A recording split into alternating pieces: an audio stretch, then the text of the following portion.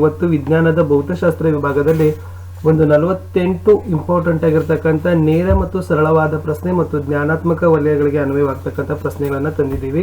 Hope ಇವುಗಳು ನಿಮ್ಮ ಎಕ್ಸಾಮಿನೇಷನ್ಗೆ use ಆಗ್ತವೆ ಅಂತಕ್ಕಂಥ ಆಸೆ ನಮ್ಮದು. ಅದಕ್ಕೂ ಕೂಡ ತಾವುಗಳು ಪಾಠಗಳ ಡೀಟೇಲ್ ಆಗಿರ್ತಕ್ಕಂಥ ವಿಡಿಯೋಗಳನ್ನು ಈ ವಿಡಿಯೋದ ಡಿಸ್ಕ್ರಿಪ್ಷನ್ ಬಾಕ್ಸ್ನಲ್ಲಿ ಹಾಕಿದ್ದೀವಿ ನೋಡಿ. ಇವುಗಳು ಸಹಿತ ಸ್ವಲ್ಪ ಇಂಪಾರ್ಟೆಂಟ್ ಇದ್ದಾವೆ, ಯಾಕಂದರೆ ನೇರ ಪ್ರಶ್ನೆಗಳಿದ್ದಾವೆ, ಅಭ್ಯಾಸದ ಪ್ರಶ್ನೆಗಳು ಮತ್ತು ಜ್ಞಾನಾತ್ಮಕ ವಲಯಕ್ಕೆ ಸಂಬಂಧಿಸಿದ್ದಾವೆ. ಹೊಸಬರಾಗಿದ್ದರೆ ಚಾನಲನ್ನು ಸಬ್ಸ್ಕ್ರೈಬ್ ಮಾಡಿ, ಹೆಚ್ಚು ಜನರಿಗೆ ಶೇರ್ ಮಾಡಿ ಅಂತ ಹೇಳ್ತಾ 10ನೇ ತರಗತಿಯ ವಿಜ್ಞಾನದ ಭೌತಶಾಸ್ತ್ರ ವಿಭಾಗದಲ್ಲಿ ಒಂದು 48 ಬಹು ಆಯ್ಕೆ ಪ್ರಶ್ನೆಗಳನ್ನು ನೋಡೋಣ. ಸೊ ಇವು ನಿರೀಕ್ಷಿತ ಪ್ರಶ್ನೆಗಳಿದ್ದಾವೆ, ಒನ್ ಲೈನರ್ ಕ್ವಶನ್ಸ್ ಆನ್ಸರ್ಸ್. ವಿದ್ಯುತ್ ಪ್ರವಾಹದ ಅಂತಾರಾಷ್ಟ್ರೀಯ ಏಕಮಾನ ಯಾವುದು? ಸರಿಯಾದ ಉತ್ತರ ಇತ್ತು ಆಂಪಿಯರ್. 2. ವಿದ್ಯುತ್ ರೋಧದ SI ಏಕಮಾನ ಯಾವುದು? ವೋಲ್ಟ್. ಪ್ರಶ್ನೆ 3. ವಿದ್ಯುತ್ ಮಂಡಲದಲ್ಲಿ ರೋಧವನ್ನು ಬದಲಾಯಿಸಲು ಉಪಯೋಗಿಸುವ ಸಾಧನ ಯಾವುದು? ರಿಯೋಸ್ಟಾಟ್. ಪ್ರಶ್ನೆ 4. ವಿದ್ಯುತ್ ಮಂಡಲದಲ್ಲಿ ವಿದ್ಯುತ್ ಪ್ರವಾಹದ ದರವನ್ನು ಅಳೆಯಲು ಉಪಯೋಗಿಸುವ ಸಾಧನ ಯಾವುದು? ಅಮ್ಮೀಟರ್. ಪ್ರಶ್ನೆ 5. ಒಂದು ವಾಹಕ ವಸ್ತುವಿನಲ್ಲಿ ಸುಲಭವಾಗಿ ವಿದ್ಯುತ್ ಪ್ರವಹಿಸಿದಾಗ ತಡೆಯೊಡ್ಡುವುದಕ್ಕೆ ಏನಂತ ಕರೀತಾರೆ? ರೋಧ. ಪ್ರಶ್ನೆ 6. ವಿಭವಾಂತರ ಹಾಗೂ ವಿದ್ಯುತ್ ಪ್ರವಾಹದ ಸಂಬಂಧ ಕಂಡುಹಿಡಿದ ವಿಜ್ಞಾನಿ? ಓಮ್. ಪ್ರಶ್ನೆ 7. ವಿದ್ಯುತ್ ಉಪಕರಣಗಳನ್ನು ಸಮಾಂತರವಾಗಿ ಜೋಡಿಸಿದಾಗ ಒಟ್ಟು ವಿದ್ಯುತ್ ಸಾಮರ್ಥ್ಯ ಏನಾಗುತ್ತೆ? ಬದಲಾಗುವುದಿಲ್ಲ. 8. ಒಂದು ವಾಹಕದ ಮೂಲಕ ವಿಭವಾಂತರವನ್ನು ನಿರ್ವಹಿಸಲು ಸಹಾಯ ಮಾಡುವ ಮುಖ್ಯ ಸಾಧನ ಯಾವುದು? ಬ್ಯಾಟರಿ. 9. ವಿದ್ಯುತ್ ಉಷ್ಣ ಉತ್ಪಾದನಾ ಸಾಧನಗಳಲ್ಲಿ ಮಿಶ್ರಲೋಹ ಬಳಸಲು ಕಾರಣ ಏನು? ಅವು ಸುಲಭವಾಗಿ ದಹಿಸುವುದಿಲ್ಲ. ಪ್ರಶ್ನೆ 10. ವಿದ್ಯುತ್ ಮಂಡಲದಲ್ಲಿ ರೋಧವನ್ನು ಬದಲಾಯಿಸಲು ಬಳಸುವ ಸಾಧನ ಯಾವುದು? ರಿಯೋಸ್ಟಾಟ್. 11. ಓಮ್ ನಿಯಮದ ಗಣಿತೀಯ ರೂಪ ಏನು? P=IR.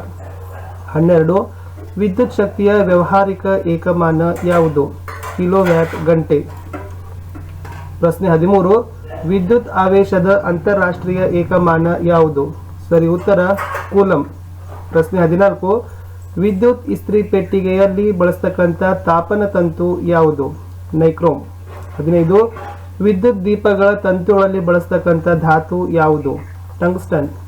16. ಜೌಲ್ನ ಉಷ್ಣ ಉತ್ಪಾದನಾ ನಿಯಮಕ್ಕೆ ಸಂಬಂಧಿಸಿದಂತೆ ಅದರ ಸಂಬಂಧವನ್ನು ಯಾವ ಥರನಾಗಿ ನಾವು ಹೇಳ್ಬೋದು ಅಂದರೆ H=I²RT. 17. ಫ್ಲೆಮಿಂಗನ ಎಡಗೈ ನಿಯಮದಲ್ಲಿ ಎಡಗೈ ಹೆಬ್ಬೆರಳು ಸೂಚಿಸುವುದು ವಾಹಕದ ಚಲನೆ. 18. ವಿದ್ಯುತ್ ಜನಕದ ಕಾರ್ಯ ಏನು? ಅದು ಯಾಂತ್ರಿಕ ಶಕ್ತಿಯನ್ನು ವಿದ್ಯುತ್ ಶಕ್ತಿಯಾಗಿ ಪರಿವರ್ತಿಸುತ್ತೆ. 19. ವಿದ್ಯುತ್ ಶಕ್ತಿಯನ್ನು ಯಾಂತ್ರಿಕ ಶಕ್ತಿಯಾಗಿ ಪರಿವರ್ತಿಸುವ ಸಾಧನ ಯಾವುದು? ವಿದ್ಯುತ್ ಮೋಟಾರ್. 20. ವಿದ್ಯುತ್ ಜನಕ ಯಾವ ತತ್ವದ ಮೇಲೆ ಕಾರ್ಯವನ್ನು ನಿರ್ವಹಿಸುತ್ತೆ? ವಿದ್ಯುತ್ ಕಾಂತೀಯ ಪ್ರೇರಣೆಯ ತತ್ವ. 21. ಗೃಹ ಬಳಕೆಯ ವಿದ್ಯುತ್ ಉಪಕರಣಗಳನ್ನು ಓವರ್ಲೋಡ್ನಿಂದ ರಕ್ಷಿಸಲು ಬಳಸುವ ಸುರಕ್ಷಾ ಸಾಧನ ಯಾವುದು? ಫ್ಯೂಸ್. 22. ಮಂಡಲದಲ್ಲಿ ವಿದ್ಯುತ್ ಪ್ರವಾಹದ ದಿಕ್ಕನ್ನು ಹಿಮ್ಮುಖಗೊಳಿಸುವ ಸಾಧನ ಯಾವುದು? ದಿಕ್ಪರಿವರ್ತಕ. 23. ಪ್ರೇರಿತ ವಿದ್ಯುತ್ ಪ್ರವಾಹದ ದಿಕ್ಕನ್ನು ಸೂಚಿಸುವ ನಿಯಮ ಫ್ಲೆಮಿಂಗನ ಬಲಗೈ ನಿಯಮ. 24. ಕಾಂತಕ್ಷೇತ್ರ ವಿದ್ಯುತ್ ಪ್ರವಾಹ ಉಂಟು ಮಾಡಬಲ್ಲದು ಎಂದು ಮೊದಲು ಹೇಳಿದವರು? ಫ್ಯಾರಡೆ. 25. ಮಂಡಲದಲ್ಲಿ ವಿದ್ಯುತ್ ಪ್ರವಾಹದ ಉಪಸ್ಥಿತಿ ಕಂಡುಹಿಡಿಯುವ ಸಾಧನ ಗ್ಯಾಲ್ವನೋಮೀಟರ್. 26. ವಿದ್ಯುತ್ ಪ್ರವಹಿಸುತ್ತಿರುವ ವಾಹಕದಿಂದ ಉತ್ಪತ್ತಿಯಾದ ಕಾಂತೀಯ ಬಲರೇಖೆಗಳ ಆಕಾರ ಅವು ಏಕಕೇಂದ್ರೀಯ ವೃತ್ತಗಳ ಆಕಾರದಲ್ಲಿ ಇರ್ತವೆ. 27. ಬೆಳಕು ಒಂದು ಮಾಧ್ಯಮದಿಂದ ಇನ್ನೊಂದು ಮಾಧ್ಯಮಕ್ಕೆ ಚಲಿಸುವಾಗ ತನ್ನ ಪ್ರಸರಣದ ದಿಕ್ಕನ್ನು ಬದಲಿಸುವುದಕ್ಕೆ ಏನಂತ ಕರೀತಾರೆ? ಅದನ್ನು ಬೆಳಕಿನ ವಕ್ರೀಭವನ ಅಂತ ಕರೀತಾರೆ. 28. ಮಸೂರದ ಸಾಮರ್ಥ್ಯದ SI ಏಕಮಾನ ಯಾವುದು? ಡಯಾಪ್ಟರ್. ಇದು ಮಸೂರದ ಸಾಮರ್ಥ್ಯದ SI ಏಕಮಾನ. 29. ಸ್ಲೇಲ್ನ ನಿಯಮ ಯಾವುದಕ್ಕೆ ಸಂಬಂಧಿಸಿದೆ? ಅದು ಬೆಳಕಿನ ವಕ್ರೀಭವನಕ್ಕೆ ಸಂಬಂಧಿಸಿದೆ. ಸ್ಲೇಲ್ನ ನಿಯಮ. 30. ಯಾವ ಮಾಧ್ಯಮದಲ್ಲಿ ಬೆಳಕು ಗರಿಷ್ಠ ವೇಗದಲ್ಲಿ ಚಲಿಸುತ್ತದೆ? ಸೊ ನೀರಿನಲ್ಲಿ ಬೆಳಕು ಗರಿಷ್ಠ ವೇಗದಲ್ಲಿ ಚಲಿಸುತ್ತದೆ. 31. ನೀರಿನಲ್ಲಿ ಭಾಗಶಃ ಮುಳುಗಿಸಿರುವ ಪೆನ್ಸಿಲ್ ಬಾಗಿದಂತೆ ಕಾಣಿಸಲು ಕಾರಣ ಏನು? ಬೆಳಕಿನ ವಕ್ರೀಭವನ. 32. ಯಾವಾಗಲೂ ಮಿಥ್ಯ ಮತ್ತು ನೇರ ಪ್ರತಿಬಿಂಬ ಉಂಟು ಮಾಡುವ ಮಸೂರ ಯಾವುದು? ಅದು ನಿಮ್ನ ಮಸೂರ. ಪ್ರಶ್ನೆ 33. ಬೆಳಕು ವಿರಳ ಮಾಧ್ಯಮದಿಂದ ಸಾಂದ್ರ ಮಾಧ್ಯಮದ ಕಡೆಗೆ ಪ್ರವೇಶಿಸಿದಾಗ ಅದರ ಕಿರಣವು ಏನಾಗುತ್ತವೆ? ಅವು ಲಂಬದ ಕಡೆಗೆ ಬಾಗುತ್ತದೆ. 34. ಅತಿ ಹೆಚ್ಚು ವಕ್ರೀಭವನ ಸೂಚ್ಯಂಕ ಹೊಂದಿರುವ ದ್ರವ್ಯ ಮಾಧ್ಯಮ ಯಾವುದು? ಅದು ಇತ್ತು ವಜ್ರ ಅಂತಕ್ಕಂಥದ್ದು ಸರಿಯಾದ ಇತ್ತು.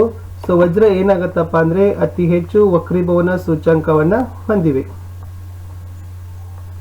ಮುಂದಿನ ಪ್ರಶ್ನೆಗೆ ಹೋಗೋಣ. ಪ್ರಶ್ನೆ 35. ಸೌರ ಕುಕ್ಕರ್ನಲ್ಲಿ ಗಾಜಿನ ಹಲಗೆಯ ಪಾತ್ರ ಏನು? ನೋಡಿ, ಸೌರ ಕುಕ್ಕರ್ನಲ್ಲಿ ಗಾಜಿನ ಹಲಗೆಯನ್ನು ಬಳಸ್ತಾರಲ್ಲ, ಅದರ ಮುಖ್ಯವಾಗಿರ್ತಕ್ಕಂಥ ಕೆಲಸ ಹಸಿರು ಮನೆ ಪರಿಣಾಮವನ್ನ ಸೃಷ್ಟಿಸಲು. ಪ್ರಶ್ನೆ 36. ಜೈವಿಕ ಅನಿಲದ ಪ್ರಧಾನ ಘಟಕ ಯಾವುದು?